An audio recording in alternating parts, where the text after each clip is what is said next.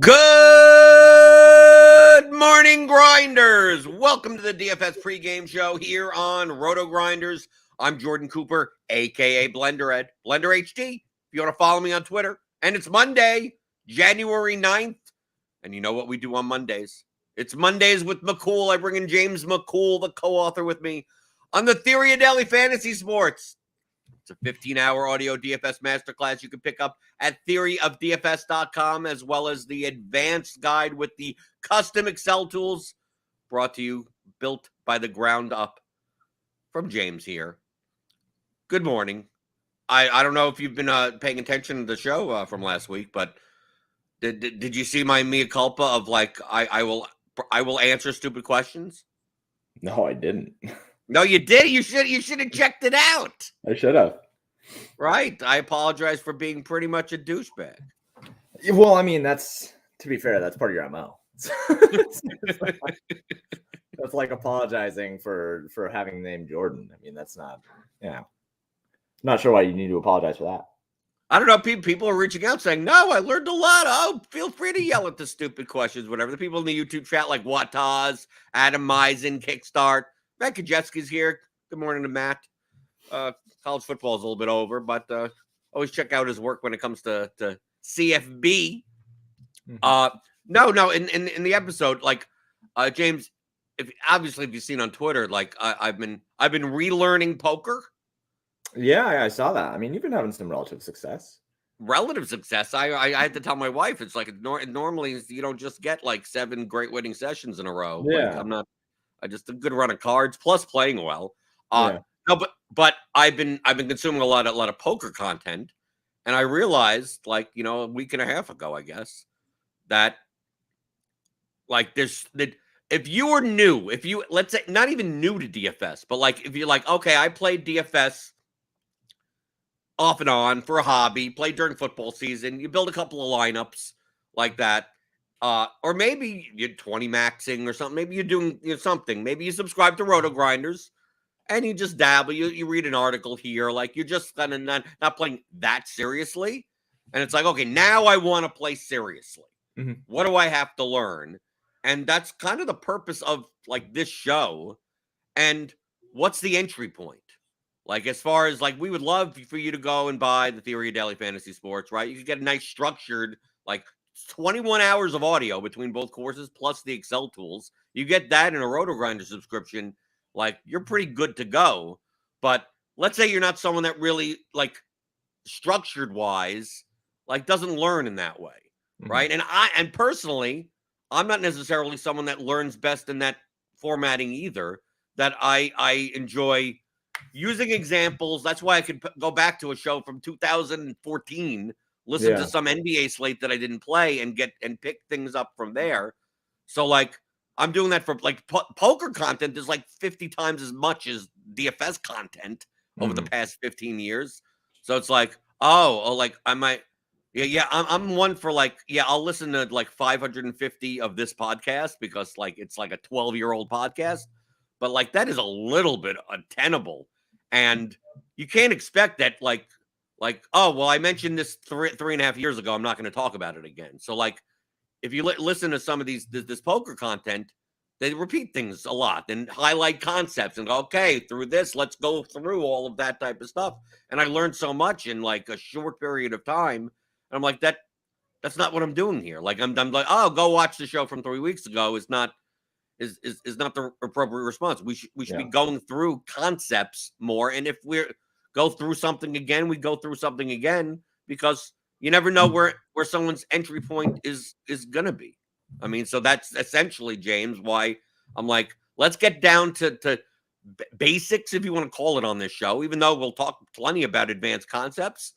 But like, let's not focus so much on like the slate ahead or maybe even the slate before, although we could use that as an example, but just use the show as, okay, questions come in. Obviously, you could send them in, questions at theoryofdfs.com. You can post them in the YouTube chat.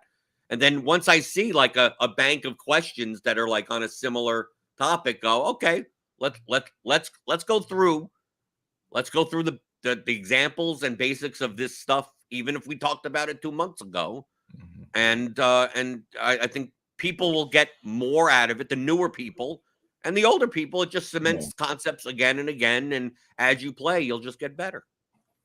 Well, one of the big things in mentioning the more intermediate players and like the older players and the advanced players, like I still listen to course material from Theory DFS. Like I'll listen to it if I just have downtime, because it helps to reinforce things and it helps me like keep grounded.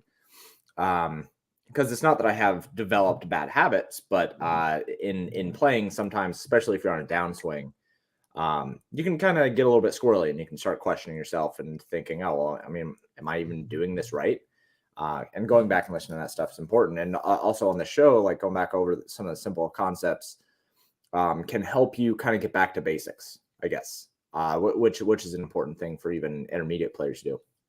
Beginner players, I think, probably get a lot of times a lot out of this show, depending on how many rants you and I go on. But beginner players, I think, can come here and pick up a lot of really important key concepts that they can then apply that day into that slate and to any slate. And that's the big thing. We don't really talk about any individual sport. Sometimes we talk more about one sport than others on the show, but we try to apply all the concepts to all the different sports, because they do apply to all of the other sports. Some things are a little bit more specific, like you're not going to apply showdown concepts to baseball.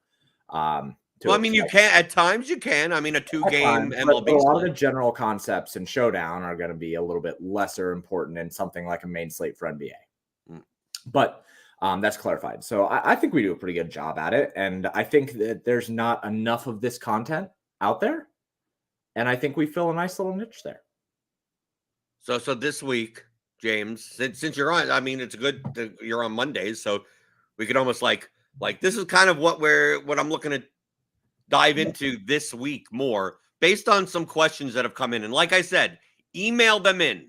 Like, even if you're listening on the podcast feed, even if you're still live on YouTube, it helps me out so much more if you just email them in, questions@theoryofdfs.com, and I will get to everything. Okay.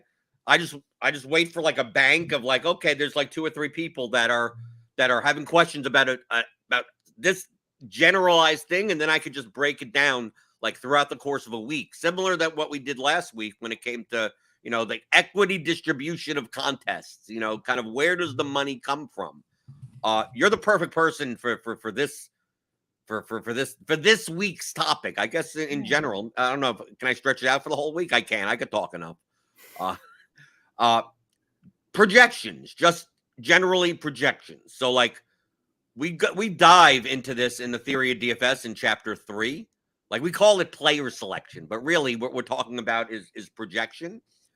I've gotten several questions that maybe more advanced than what are projections, but that are based around, because a lot of people will be using optimizers like Lineup HQ, and like understanding the columns, understanding how, and that's why I'm asking you here, like how they are come up with. So in an optimizer, in our projections here at RotoGrinders, and you make your own, James, at PayDirt, that we get this FPTS, right?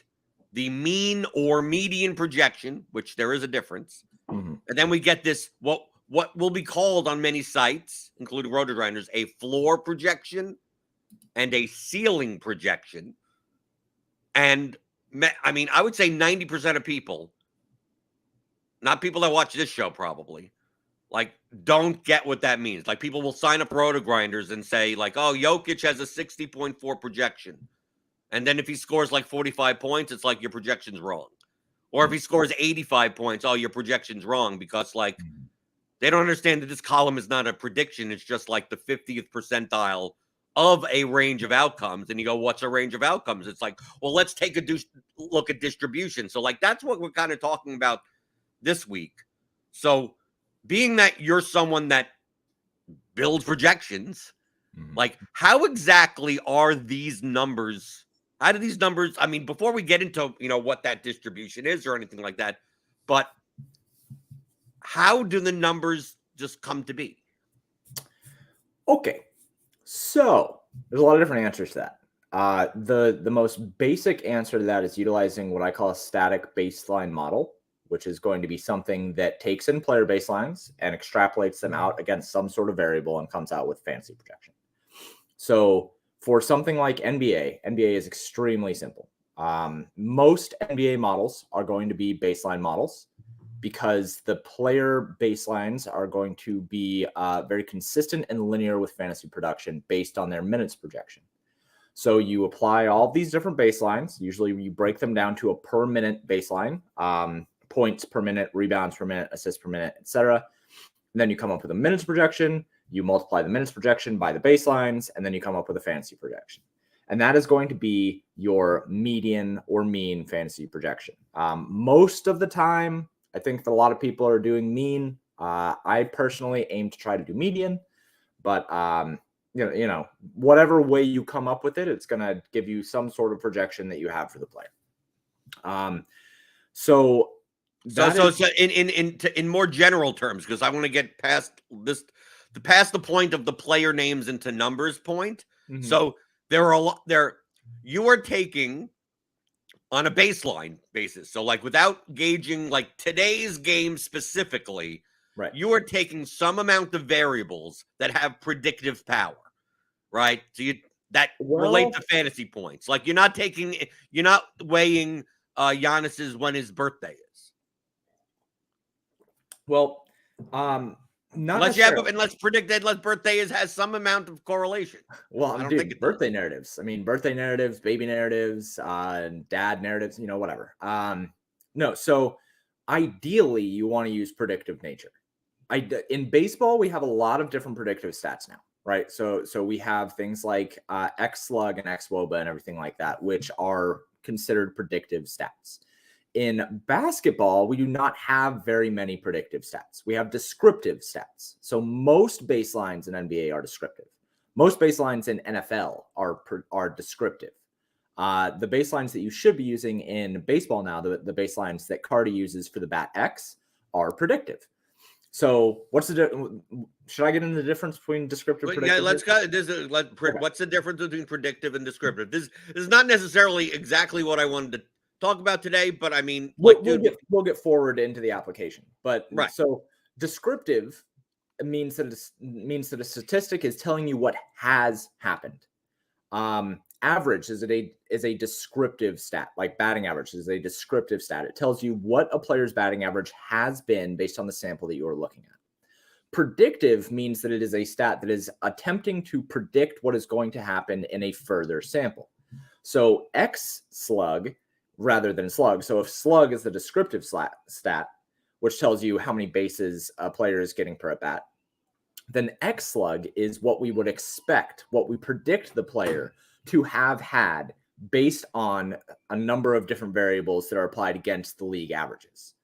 So in layman's term, I just want to get back to the layman in baseball, for instance, and this is why you have predictive stats in baseball. Yeah, is that let's just say in 10, like this guy has 10 at bats, right? I'm using the 10 to make the samples, whatever the math easier, whatever.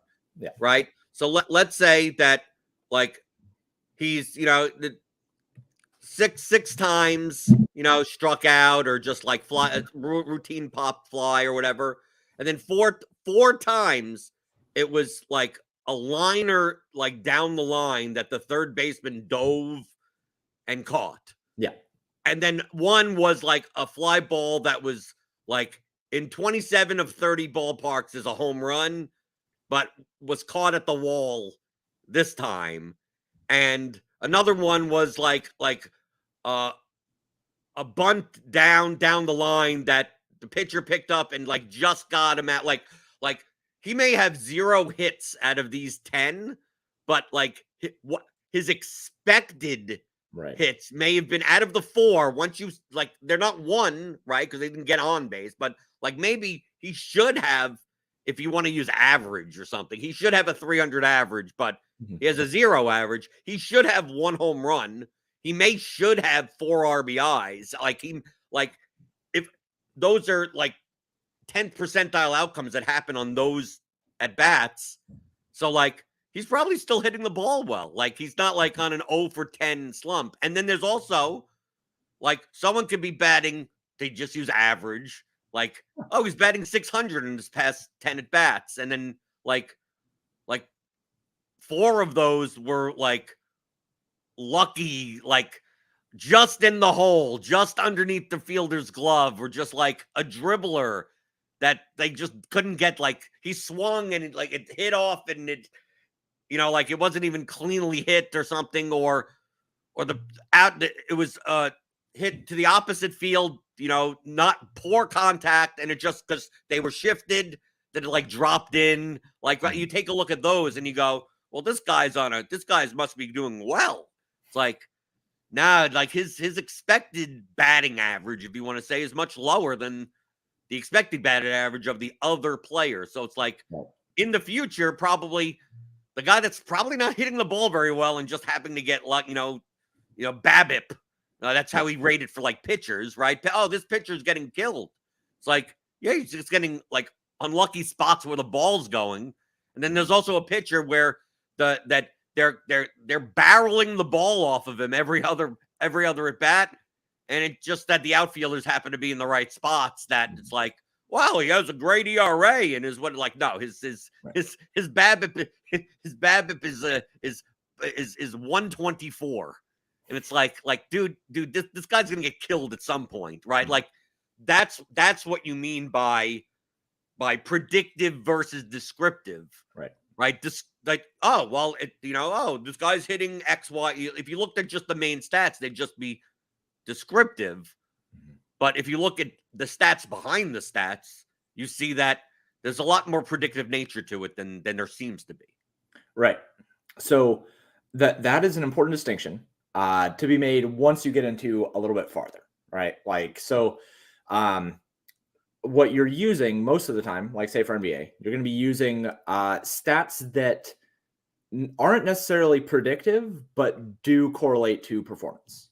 So what you're doing is you're using things like how many points a player scores, how many rebounds they get, how many assists they get. You can take all of their game stats, right? You can take, say, Giannis, for instance, averaging 28 points, 12 rebounds, and 9 assists or something. And then you can break that down into his per minute stats. So say that he's playing 28 minutes. Let's make this math really easy on me, okay? So a player that is averaging 20 points, 10 rebounds, 10 assists, and they're playing 20 minutes per game. Means they're scoring 1 point per minute, half a rebound per minute, half assist per minute, okay? That's this imaginary player stats. Then what you do is you apply that against a minutes projection. Now, the minutes projection is usually algorithmically derived. So however it is that this person is projecting out minutes, if you just wanted to look at them and say this is their birthday, they're going to play the whole game, and apply 48 minutes for them, then if you applied that against this player, then they would have a projection of 48 real-life points, 24 rebounds, 24 assists. And then you would take the scoring for whatever site that you're looking at, and you would apply the scoring stuff against those numbers, and then that would come up with a fantasy projection. So that is a super low-level way of just saying, here's how to build a projection. And oddly enough, in James, that if you did that in NBA, like just took the averages, like of just like the stats that for blocks per minute, like I said, the steals per minute, anything that the fantasy sites count, and then you made your own minutes, right? Like, so you just went and just assigned all 216 minutes in a game and just say, yeah, I think I think this is more likely to be a blowout, so maybe Giannis only plays 30 minutes and this guy plays the X. Like, if you wanted to do that, and hey, there are plenty of players that do their own minutes. And here at RotoGrinders, we have an entire team that does minutes as well as usage and everything like that, depending on the rotations. And we'll get into that in a second. Like, even if you just took the average and say FPPM, fantasy points per minute, right? You don't even need to do the points or whatever. You just say fantasy points per minute on average over this season. All right. It's not the biggest sample size, but whatever. And you just said, well, I think this guy that averages 0.8 fantasy points per minute is going to get the 30 minutes, and it's so 24 points on average, right? Mean on average, 24, and you say 24. And if you want to give, it's like, oh no, I'm going to give him 32 minutes. Well, now that's 25.6. right? I'm going to give him 34 minutes. That's 27.2. That if you did that in NBA, I don't think you're going to be all that far. Like if that was your model and you did it yourself, I don't even think that's better than nothing. That's better than birthday narratives. It's better than pulling numbers out of your ass. I mean, that in and of itself may actually not be that bad of a model. No, the hard part for NBA, the reason why, because NBA modeling is easy, super easy, except for minutes. That's it. Minutes are hilariously hard to be really good at. And that's where, because I run a machine learning algorithm, and one of the things that would just straight up improve my model would be having the most accurate minutes. That is the thing that matters the most. Matchups don't matter as much, blah, blah, blah. It's just minutes. So minutes, really, really hard. That's the hardest part of NBA.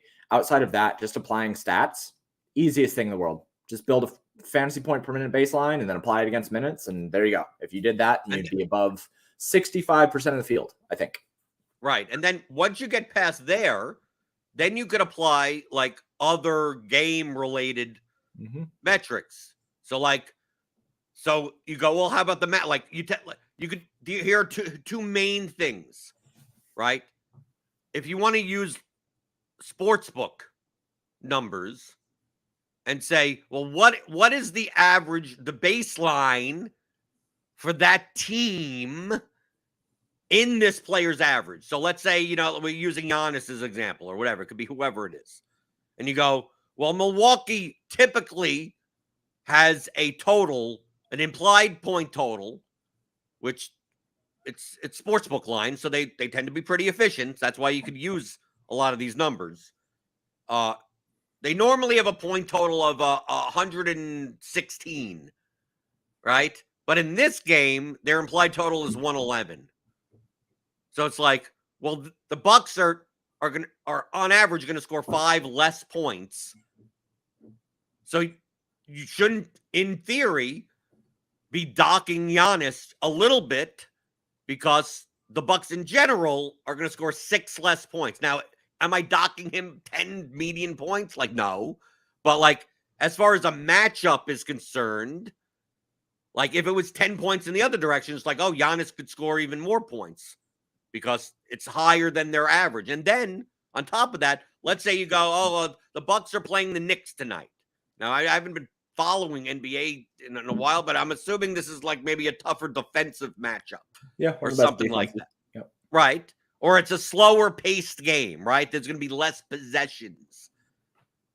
Like, are these the types of things like number of possessions, implied team totals, defensive metrics, as a team, not necessarily against the position, but as a team, like defensive efficiency, offensive efficiency as a team? Like, those are the types of things that you would now apply to that baseline. And then now his fantasy point per minute, if you want to use that as a thing, will go slightly up or slightly down. And then you smack the minutes on top of that. And it's quite possible that, the guy that we had at 0.8 fantasy points per minute at 34 minutes is 27.2. And you go, this is a bad defensive matchup. Maybe once you weigh everything together, like maybe he's only like a 0.72 fantasy points per minute based on matchup, and that's 24.48 once you put 34 minutes on top of that. Like when people ask here on RotoGrinders, it's like so many times, James, I hear it's like, oh, his projection is X, but he's in a bad matchup, so I'm not sure if I could play him. Or his projection is X, but he's in a really good matchup, so I'm going to play. Like, that's already in there. Yeah. So 2 things. First, you don't even need to use the historical betting lines to do what you were trying to say in the beginning of that, where you said that if they typically have an OU of 116, and in this game it's 111, you can just use their historical results. You can just average out what the team usually scores and then apply that, because when you're using the historical betting stuff, that is going to be less accurate, obviously, than the actual outcomes. So if they are averaging 116 and then are implied for 111, take the implied over-under as what you would assume the team is going to score in this game, and then apply that to the baselines. So I just wanted to clear that up really quick. When it comes to matchups and everything like that, my favorite thing is when people say, oh, well, I can't use player X because they're going to have to deal with Jimmy Butler or Marcus Smart or whoever, and like positional stuff. And they'll use that as like a tiebreaker, right? That's already all baked in because of the team macro concepts that are already in there, what you were talking about with the defensive stuff. But even farther from that, that stuff's already baked into the Vegas implied total. So even if you are saying that you want to pay attention to matchups, that's already probably included if you are using the team total to apply boosts or drops or something like that, right? So you can do it either way. If you want to be simple and blunt about it, which is usually the way that I personally go about things, or no, not the way that I go about things for NBA, but typically I want to try to be more blunt. You can just use the Vegas line and use that as a way to apply boosts or drops to players' baselines and say, okay, they usually score 116. They're implied to score 110 here. I'm going to drop them down. Whatever the difference is between that, 116 is what, like 5% worse? I don't know. Off the top of my head, 5% worse. Apply a global 5% worse to the entire team and then see what comes out. Or if they are implied to score 116, they usually score 110, give them a 5% boost. And then there you go. Now you have your fantasy points per minute for all of your players involved. If you want to be more precise about it, which is the way that I usually do things, you look at the defensive matchup and then you try to utilize that to come as close as you can to the Vegas total. So when I have done back testing, I have tried to take whatever variables I can from the matchup and then apply that against the players and then sum up the fantasy points and try to get it as close as I can to the Vegas line. But either way, what you're trying to do is apply boosts and drops to players to try to come up with a way to meet up with that Vegas line the best you can. Usually the more blunt way of just using the Vegas line itself to apply the boosts is going to be more reliable. And the way of using the defensive matchup to then try to put together a projection that matches up the Vegas total is going to be if you are trying to beat that Vegas total and if you're trying to do sports betting and game betting and stuff like that. So there's a lot of different applications on either side of it. A lot of the time, what I would suggest to people is just to use that Vegas line and take the Vegas line minus the average fantasy points, find the difference between them, and then just apply boosts based on that. Now, good thing for people watching and people listening at home that we already do all of that for you here at RotoGrinders. So, I mean, like all of this stuff, like if you didn't want to have to know any of this, like you don't, everything that would be needed is in the projection. But we take care of it. But the thing is that now all of the special sauce, right? All of the different variables, and they're all based, like we were talking about, based on averages or means, right? And then you come up with a mean projection. We won't get into the semantics of the difference between a mean projection and a median projection. At the moment, we could have a whole thing about that. They're both reliable. Right. But you could interchange them for the most part. As of now, later in the week, I'll talk the difference depending on sport, why one is better than others. And there are nuances to that. So you're getting this fantasy points column, right? But these are all based on averages, right? So this is the average. You're coming up with if I say that a 0.8, player with a bad matchup and all the, I do all the variables and it's like 34 minutes. Like the minutes are also like a median, maybe it's 32 minutes. Maybe it ends up being 30 minutes, right? But you're just assigning them 34 minutes, right? If you think it's like that's the cap, you don't think maybe you should just put him at 32 minutes. And that's somewhere between 30 and 34. And it's like, okay, so that would make his projection at 0.72 fantasy points per minute, 23.04, right? So like 23. Does that mean he's going to score 23 fantasy points today? No, that's just like his average outcome. Okay, his average. That means 50% of the time, right? Or if it's a median, it would be 50% of the time he scores more than 23. 50% of the time he scores less than 23. There are going to be outcomes where he only scores 10 fantasy points. There are going to be outcomes where he scores 42 fantasy points. Now, those outcomes, like those types of outcomes, we have in a column called like floor and ceiling. So it's like you have the median, because like it's almost like the columns, like if you don't understand what the columns mean as far as the distribution, and you don't understand how they're the concept of even how they're generated, like people misuse, like, well, I'm playing this guy because he has a higher ceiling than the other guy. But what happens if his floor is lower than, like, these are like nebulous concepts. So like we've come up with a way to come up with the mean. Like if we just did the very basic, like my basic model, right? Find sometimes a couple of variables. I'm not running machine learning. I'm doing it in Excel, right? I'm just saying, oh, how often does what's Giannis's averages this season? I think he's going to play 34 minutes, right? I'm going to dock a little bit because of the matchup across the board, and I come up with 54.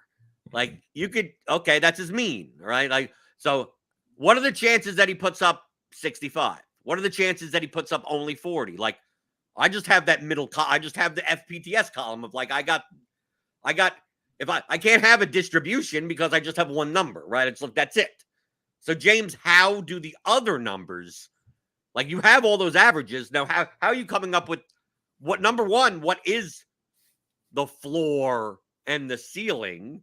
And how do those numbers, how are those come up with? So again, there are a lot of ways to skin a cat here. There's a very, very basic way of doing this, which is something that I have employed right now in a new tool that I have built over at PayDirt. It simulates showdown contests for you. So whatever showdown contest you want to do, you can go do that over the site. But what you can do is you can take the median, and you can take your fantasy projection, you can divide it by 4, and that's the floor. And then you can add the floor to the median, and then that's the ceiling. And then you have a normal distribution from the mean up to the 25th and 75th percentile outcomes. That would be the bluntest. That is the most blunt way of doing it. Super basic. Basic. If you have no other information, but it is usable, right? So typically, hold on a second. I just want to highlight it is usable in sports where players have normal distributions. Yes, right, okay. Right. So when we talked earlier, because we're talking a lot about NBA because it's easy, right, which is fine. With James, I wanted to start with NBA on this show because it is the most normally distributive. Yeah. Because once we start talking about the other weirder distributions and players that have different distribution types. We'll probably talk about that next Monday, right? I'll talk about stuff throughout the course of the week, and we'll probably get back to it next Monday when it comes to the weirder stuff. Yeah, so that is a way to build up a usable normal distribution for a floor and ceiling. And in fact, a lot of times when you're dealing with NBA, if you wanted to use the 33rd and 66th percentile outcomes as a like very acceptable, like here's where a lot of the things are going to happen, you can do that. There's nothing wrong with that. The other way to do it that is more mechanically based, so sticking with the blunt and more mechanical, is utilizing historical data, utilizing game data for players, and establishing a relative ceiling and relative floor based on their actual outcomes over the course of the last couple of years. So the way that I do it is I utilize data from the last 2 years, which I deem as acceptable for the most part. And then I apply a weighted average against the last month of gameplay against their last 2 years of gameplay. And then I come up with what is a relative ceiling for the player based on their outcomes in the past. So say that we have a player who is averaging 25 fantasy points, right? And then in the past, they have had a whole bunch of outcomes that are between 18 and 32 fantasy points, right? Like that is where their range pretty much is. This is a guy who scores points, doesn't do much else. He's just a 3-point specialist, and that's just where he's going to be, between 18 and 32. But every once in a while, he does have games where he's like on fire. He hits like 10 3-pointers and he has 3 steals or something. And then he has a 50 fantasy point outcome. And then there's games where he just sucks and he doesn't hit a shot from the floor and he ends up having like 3 fantasy points, right? So then we're working into the wider ranges. And then that's expanding what we expect the relative ceiling to be. So if they have like 5 outcomes under 5 fantasy points and 5 outcomes above 40 fantasy points, now maybe the relative ceiling has expanded from that 18 to 32 down to maybe 15.5 to 34.5 or something like that.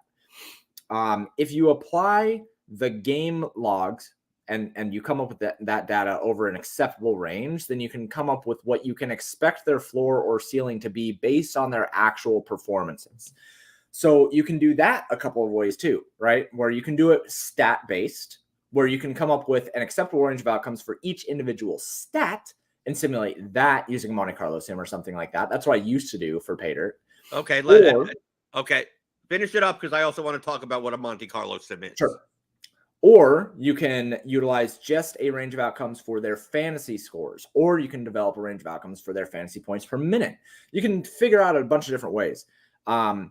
If you're doing it stat-based and get more granular, then you have a little bit more of a robust projection and more robust way to develop that range of outcomes because you have a lot more working parts.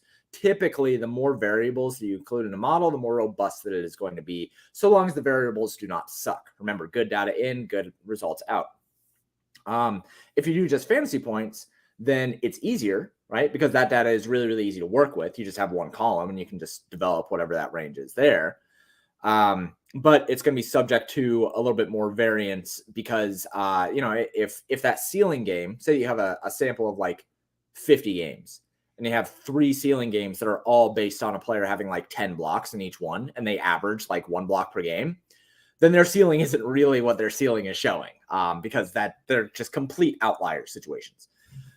So just be reticent of that. Remember that the more data that you have, the more variables that you have, the more robust your range of outcomes will be. And that's mostly how you end up coming up with that floor and ceiling. Okay. And then you mentioned this term, Monte Carlo sim. I'm going to Monte Carlo. I'm going to play roulette in the Monte Carlo, whatever. It's no longer a casino in Las Vegas either. I mean, they changed that. But like when we talk about Monte Carlo sims, and I would consider from a simulation methodology, Monte Carlo is on the blunter side, right? So like the thing is that because a lot of times in theory DFS, we talk about blunt and precise as a spectrum. And it's like the bluntest you could do in DFS is to not subscribe to RotoGrinders by clicking on the link in the description, getting $10 off your first month, right? And having these projections, having these numbers. Like the bluntest way is to just go, I think LeBron's going to score 30 points tonight. Just like you're looking at going, oh yeah, well this matchup is like you're doing it just completely like how are you turning player names into numbers? Most people aren't even turning them into numbers and then building lineups. They're just going, well, I think this and I think that. Like that's the bluntest way. And hey, there's some people that aren't half bad doing it the intuitive, most bluntest way possible.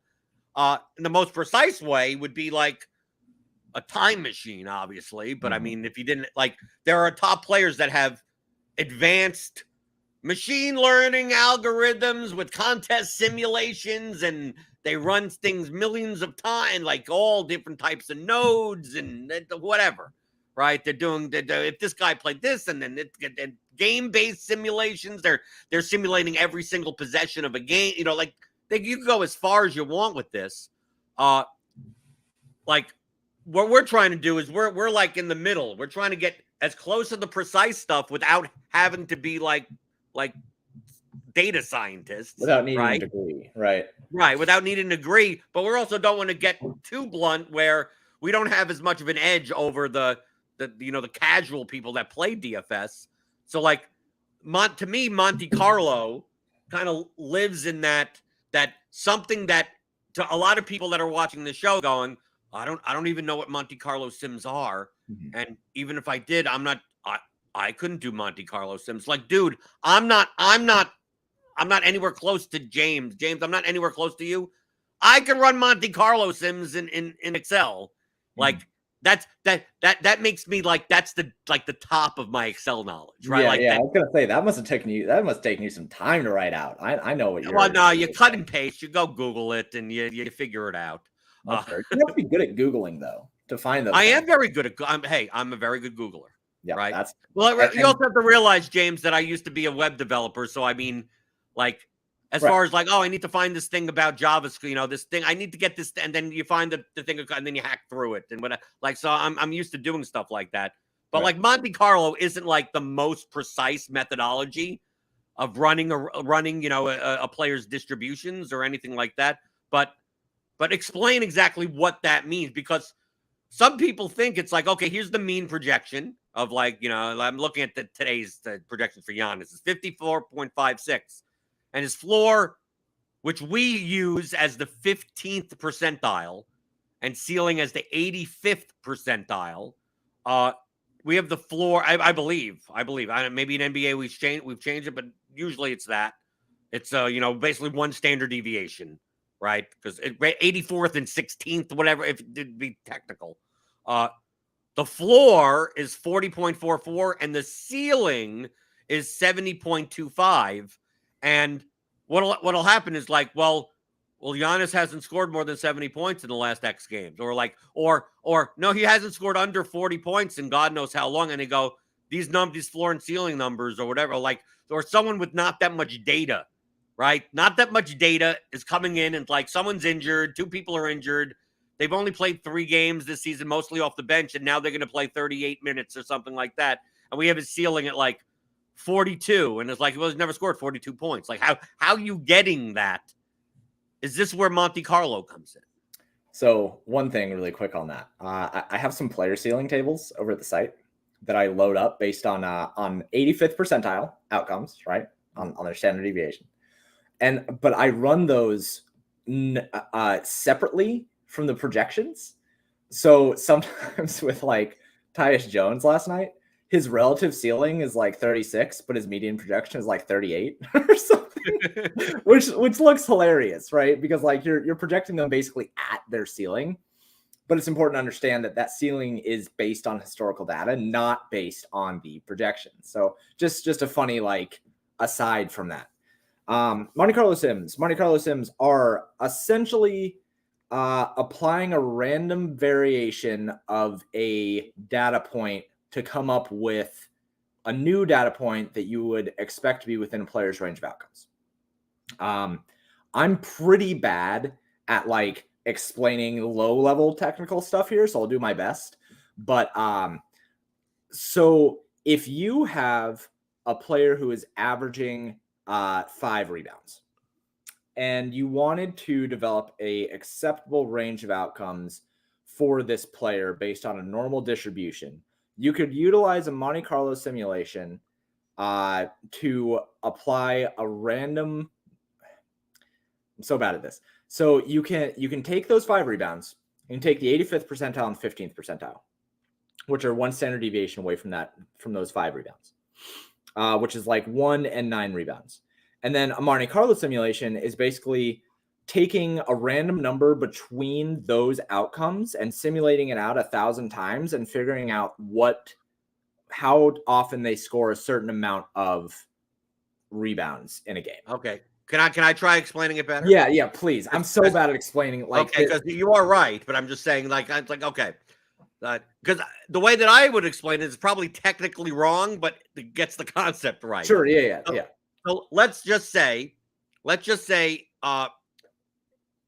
player, this random player, we'll call him whoever. He could be Giannis or whatever. Doesn't matter. He averages 25 points, 10 assists, 10 rebounds. Let's just say whatever, just to make the numbers easy. 25, 10, and 10. That's his average. Yeah. But now I'm going to take his entire sample size of data that he has, that we're using in general. Some games he scores 32. Some games he scores 20. Some games he scores a lot of points, but not that many assists, right? So you just take, and I'm taking each stat now, right? And I'm going, okay, what is the distribution? How many times, right? Let's say in the past 100 games or whatever, like his rebound stat is like 12, 6, 5, 8, 15, 13, and I keep on going like that. Now the average is 10, but like obviously, like, here are these actual outcomes the past 100 games or whatever sample size you have, and I'm like, Well, his average is 10.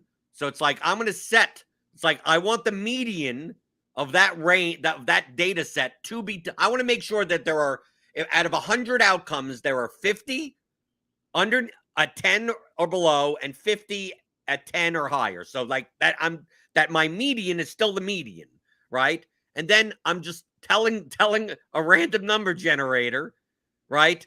That obviously, if you normal distributions mean that the ones that are closest to the middle happen more often, right? So I'm not creating a set of 100. I'm actually creating a set of like 5,000 or something, right? But I'm repopulating, like, if his median is supposed to be 10, like these are actual outcomes from the game, then I'm going to have more nines. Like if he's more nines, he may have a 23 rebound game, but I don't want to weigh that like, oh, if I just randomly picked 1 out of 100, I would start getting this 24 rebound game like 1% of the time. Right. When it doesn't happen, it happens way less than 1% of the time. So I need to have more outcomes towards the middle. So I kind of just, you make 1,000 of them and you just repopulate that in the middle. And then once you have that, then you basically tell a random number generator, pick 1 out of the 1,000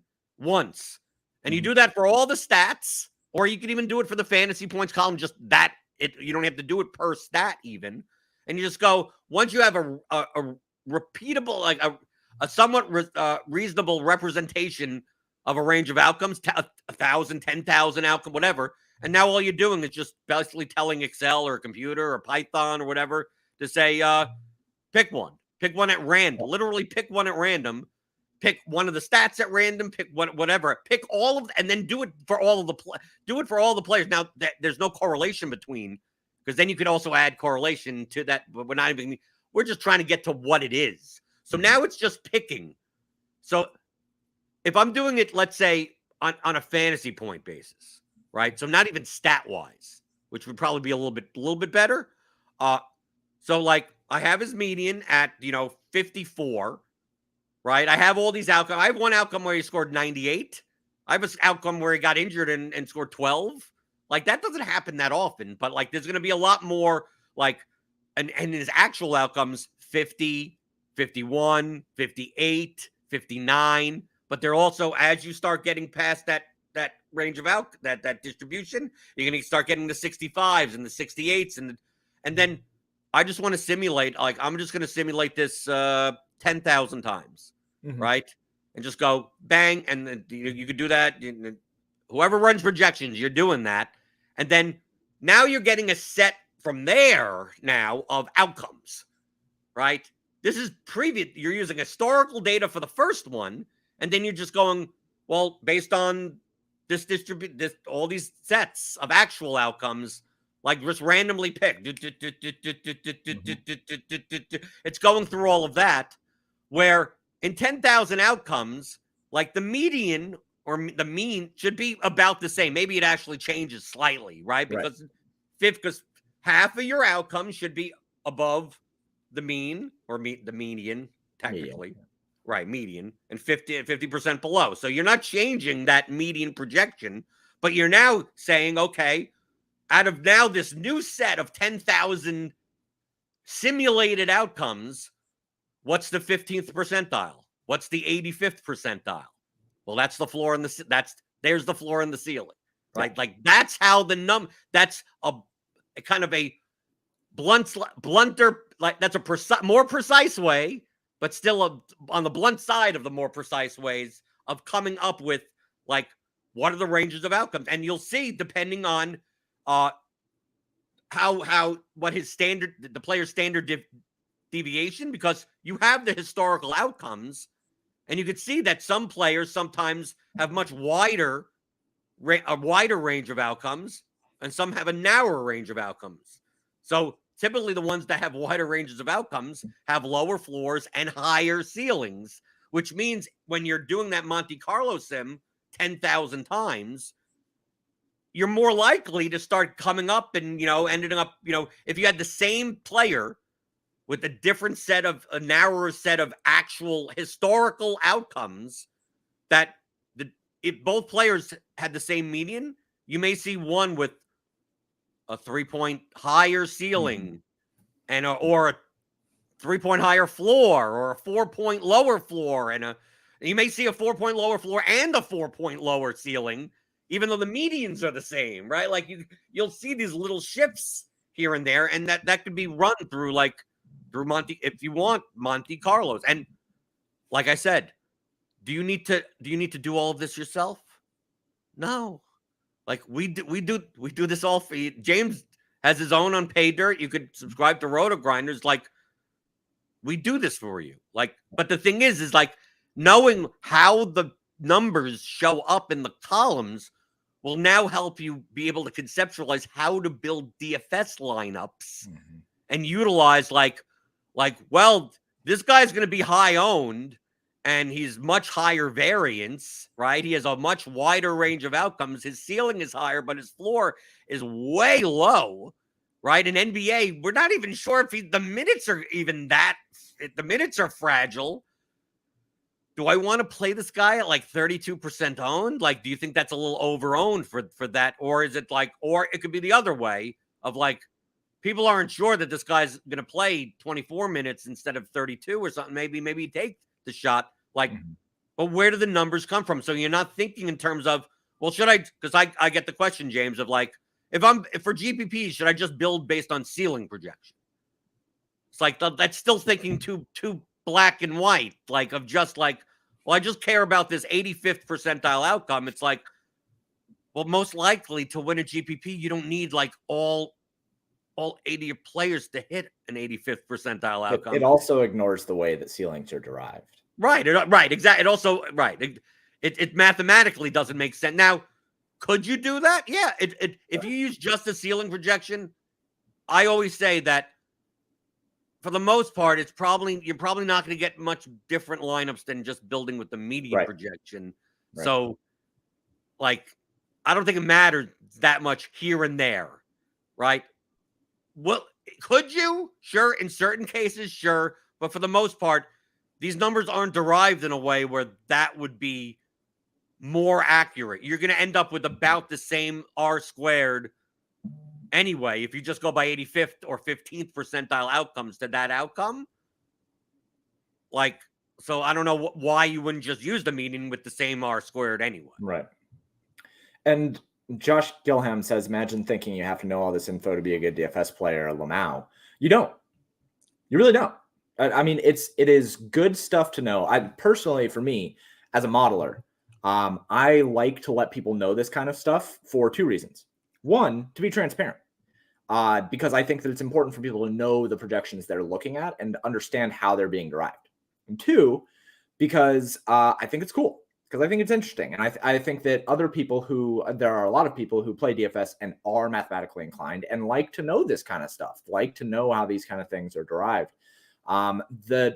The thing that I will say about imagine thinking you have to know all this info to be a good DFS player.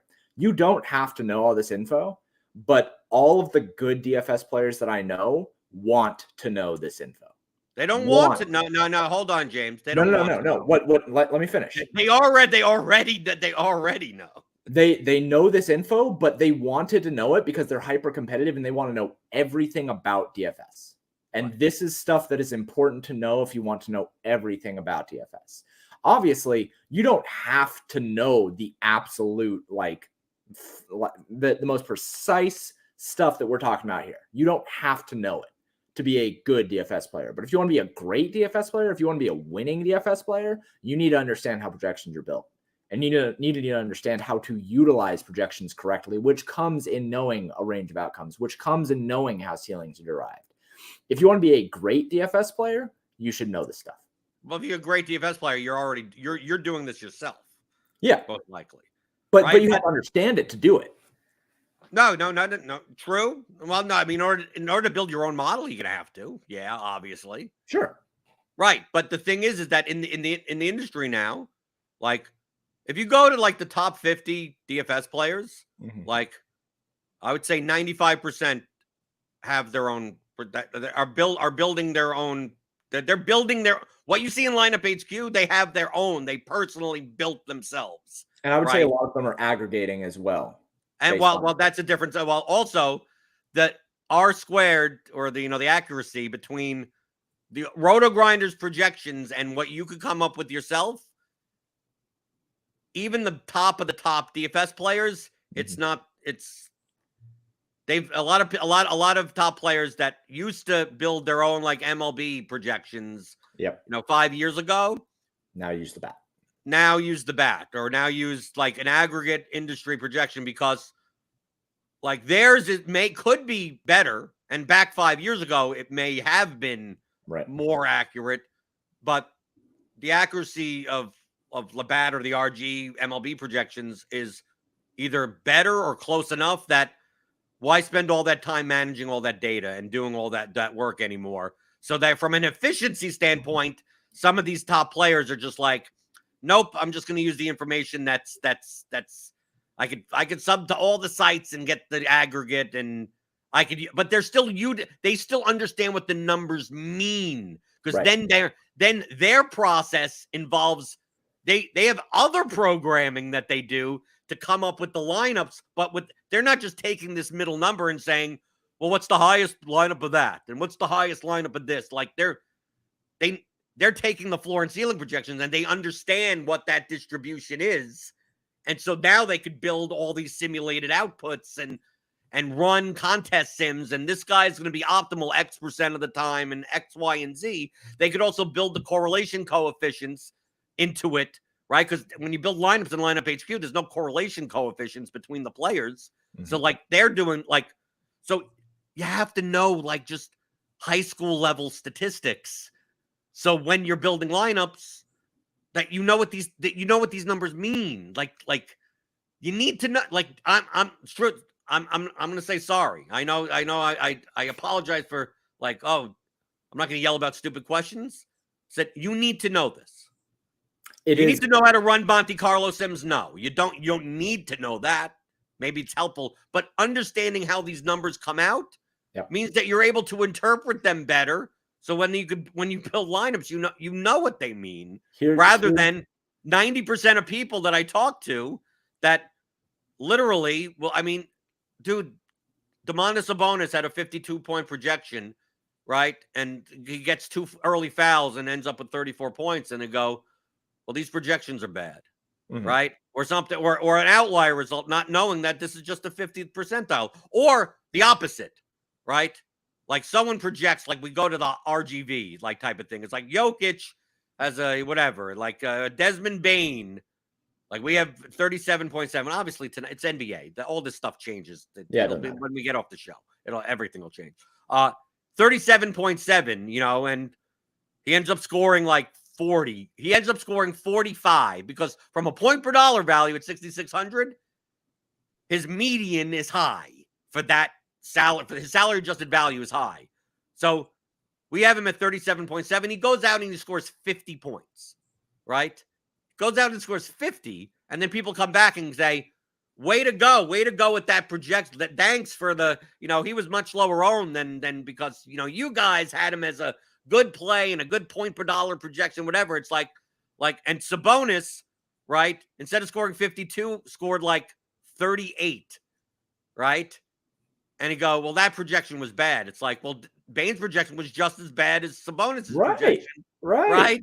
He was 14 points off also, right? Like they're the same thing. It's like these are median numbers. So like the one standard deviation is just the difference between the floor and the ceiling. So like consider the fact that like what's that bulk in the middle of a standard distribution? James, what are the 3 numbers that we use? Floor, ceiling, and median. Yeah, but I'm saying what percentage of the time? Like, what's the rule? Like, how much does plus 1 to minus 1 standard deviation entail? I'm blanking here. So it's 16%, 68, right? 68, 95, right? Okay, you know what I'm talking about. So 68% of the total outcomes are going to be between 1 standard deviation of the median, right? Yeah. Especially with doing Monte Carlos, right? That's what it's going to end up being. which means 68% of the time, Desmond Bane will score, based on our current projects or whatever, 25 to 51. So if he scores anywhere between 25 and 51, like that's the acceptable, that's kind of the one standard deviation range. So like, look how wide that is, right? So if he scores 36, it's like, well, that if he scores 32, if he scores 46, that's like, functionally, from a probabilistic standpoint, those are all within some acceptable standard deviation. Like underneath 25 or over 51, now you're hitting past. Now you're getting to the more outlier results that happen less and less and less. 58 happened, like the difference between 38 at median and like 42 is almost non-distinguishable as it is like 32 or something like that. But once, because there's a lot of outcomes. There's a lot of 38, 39, 30, 34, 35, like right around 40, 41, 32, 30, like there's a lot of those. But once you start getting out to like 25, 51s, there are less of them. Then once you get down to 53s, right? 53, like it starts cutting. If you look at what a normal distribution, it starts cutting off even more and more and more. So the difference between 51 and 54 is much less than the difference between 37, the median, and 40. Between 37 and 40, there are a lot of outcomes. But between 51 and 54, even though it's only 3 points, there's way less outcomes. Then you get to 57, there's even way less outcomes to that. And then 60, there's like these amount of outcomes. And then 62, like barely, like it drops off exponentially almost at the end. So like if the guy scores between his floor and ceiling, like that is the acceptable, like that's like kind of an acceptable range. Even if you want to cut that in half, right? You say, okay, let's like, what is the range between 25 and like, to use Desmond Bane, because I'm just looking at it right now, 25 and 50, right? 51 is like 26 points, right? So his median projection is 38. So if you want to cut the median, the range of 26 and a half to like 13, and then put it on both sides of the median of 38, right? So what? Let 13 is what, six and a half, or something like that. So you could say his acceptable range is like what it would be, 32.5 to 44 and a half. Let's call it 32 to 45. Right, 32, 45. Like if he scores somewhere between 32 and 45, if that happens for like most of the players on your projection model, you probably have a pretty good projection. That's pretty good R-squared there, right? Yeah. In general. So like once you understand the concept, it's like that's where it comes down to, like for GPPs. Like, dude, if the difference between two players in NBA DFS is like 2 median points, like flip coin. Right. That now you right? Like look at what we're talking about here. So understanding where the numbers come from reiterates the concepts that will either help you very much leverage in GPPs, and also understand that even in cash games for 2v2s, like a lot of times that, unless you have like, oh, I think this guy's going to play 2 less minutes or something, so I'm going to take like, unless you're going to change like the core statistics because the sport better, which is perfectly fine. Dude, in NBA, use our projections, and just if you want to go team by team and go to the Pelicans and go, okay, well, I'm going to take 1 point off of McCollum. I'm going to take, instead of 37, he's going to be 36 minutes, and I'm going to give Jose Alvarado an extra minute, right? Like if you like, because obviously that they would come out for one another. If you want to give Jackson Hayes 18 minutes today and Trey Murphy 2 less minutes, like go and do it. Like you will, our FPPM, like the fantasy points will even change as a median in lineup HQ. So like, if you don't even trust like our team, which I think are the best for NBA projections for minutes, like if you want to do like I know the sport better yourself, then feel free. Change the minutes and change, say, oh no, but I'm going to dock this guy because of a defensive match. But that's perfectly fine. But not understanding what these numbers mean and how they're derived, like then when you change, you don't even understand what you're even looking at, or or what should you be expecting when you play players, even if you're building your own model, right? Like that what an accurate model is. Most people like almost think that you could build your. Most people think, I'm expecting a projection model to be a 0.98 R squared, right? And you're chuckling because like only a Time Lord would be like that. The best model that I have ever built is the most recent one that I have. It's the one for this NBA season, and it sits somewhere between a 0.78 and 0.82 R2, which is good. Yeah, it's currently at 0.81, and I'm like, man, it is hot right now in right. the most recent sample. It's great. Yeah, I mean, right. It's 0.98 would be like you'd be if you had a model that was 0.98 accurate, you would probably win. I would say every third GPP. Oh yeah, like, yeah. You'd win like every other day. You'd win the large field GPP like literally every other day. I think that if you had a 0.98, because remember, and this is for another discussion, but an R2 is looking for directionally accurate, right? Mm-hmm. So I think that if you had an R2 of 9.8, I think you'd win the main GPP at least. If you were maxing it, like probably 2 out of 3 days. Right. If you were playing 150 lineups, I would almost think that maybe you win every day. Yeah, it'd be really, really close. I'm trying to think of like the actual outcomes here, and the reason why I say 2 out of 3 days is because that 33% range, where like maybe you didn't have it right, like maybe you got all floor outcomes that day, right? Maybe you don't win that day, but you're gonna win a lot. 0.81 is considerably good, and I think that most people have a serious misunderstanding of how to judge the accuracy of a model, especially in sports that are not normally distributed, which we'll talk about at a later date. But for something like baseball, judging the accuracy of a model is hilariously difficult. Right. I would say it's almost, is it even worth even, I don't even know. The only, when I judge my baseball model, it's pretty much just based on pitcher projections. Right. And not hitter projections. Imagine thinking you have to know all this to be a good DFS player. Talking to 2 good DFS players.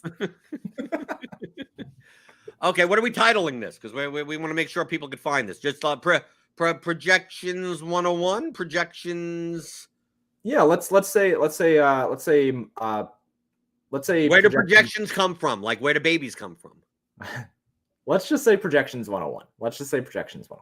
Okay, projections 101. We'll probably end up with other 3 months from now. We'll be talking about this again and still have a projections 101 part 2. Where it's again projections 106 or whatever. Right. Okay. So projections 101. That's the imagine the projections 101. So people can find your projections if you want. I mean, dude, like different models do slightly different things. So like I get projections not only from RotoGrinders, I also, even if I think that they're horrible projections, if I know there are a bulk of people using them, it helps me decide who they're going to play more often than not, right? So that helps me also. So in addition to RotoGrinders, which you could get a premium subscription here, get access to my Blender's Game Theory channel, and ask me anything you want at any time. Email your questions into the show. questions@theoryofdfs.com, just so I have the material to, know what to talk about. And I will even go through the actual questions you do ask and put them on the show. People could also get your stuff at paydirtdfs.com, right? You can, yeah. And even if you don't want my stuff, I've started building out some pretty cool tools. There's now a showdown simulation model that you can do where you can simulate for NFL or NBA any showdown slate you want to play. All you have to do is just upload the CSV and upload either your projections, or you can use paydirt baselines for basketball and NFL right now. And you can simulate any range of outcomes for any showdown slate you want to play. So pretty excited about that. It's free to use right now. There's going to be a lot of other stuff, building a portfolio simulation tool next. So even if you don't care about my projections and think I suck, go use the tools that I'm building because I'm pretty excited about. I'm interested to see this portfolio simulation tool. Yeah, you'll like it a lot. It's gonna be really, really good, I think. Okay, no. Well, I'm looking. I'm almost jealous now. It's like I don't know if you should put that out for free, depending on what you do. It won't be. It'll be part of a subscription. Okay. But for now, it's free. Right. Okay. Well, we'll say you've piqued my interest. Ah, right. nice. You've piqued my interest. I may talk to you off the air about that. Okay. So you can follow James _DFS. You can follow me on Twitter at BlenderHD. Join me here at RotoGrinders with the RotoGrinders premium subscription. If you want more, like, dude, how the sausage is made, how to play DFS well is all based on game theory. So go to theoryofdfs.com, pick up either the Fundamentals Masterclass or the Advanced Players course, which comes with James's custom Excel tools. And I'll be talking about projections all week. We'll be handling how to use projections, how to deal with projections, right? Not how to make projections. That's why hence the nice intro for the week. James is here since he bakes the donuts, and I'm going to teach you how to pretty much how to eat them or do something. Choose the ones to eat. Choose the ones to eat, right? I don't choose the ones with the jelly. I don't like jelly donuts. Really? I like raspberry jelly filled. I think raspberry jelly filled is good. My favorite donuts, either original glazed or Boston cream. Fair. Good choices. My favorite is actually a chocolate cruller, personally. Well, what's a cruller? A cruller. Yeah, cruller. Thank you. Yeah. Should it be called cruller? I always believe it's cruller. I have no. You being from New York know more about donuts and bagels than I do. So I think it's cruller. Lean on you. Isn't it a German word? Dude, I don't know. I just eat them. Okay. So yeah, who cares? I don't know how the donuts are made. That's why this discussion is important. Right. Who cares? Who cares with the origination of the donut or anything like that? It's all in there. It's all the tasty goodness is in there. So you don't need to know. You don't. No, yeah. Everyone hit the thumbs up button on your way out the door. Remember, this is a free show, right? I can't believe it's for some people are like, I can't believe this is a free show. Hit that thumbs up button. Hit the like button. It helps us out. Like, subscribe. We got NBA Grinders live later today. We got the Crunch Time presented by for free. I mean, all year. So tune into that. We got playoff NFL stuff. PGA is back. MMA coming this week. I'll be covering that on Friday, and we got premium content for that. So until tomorrow, I'll see you because I'm here Monday through Friday, 11 o'clock Eastern, answering your DFS strategy questions as I always try to do here on the DFS pregame show on RotoGrinders.com.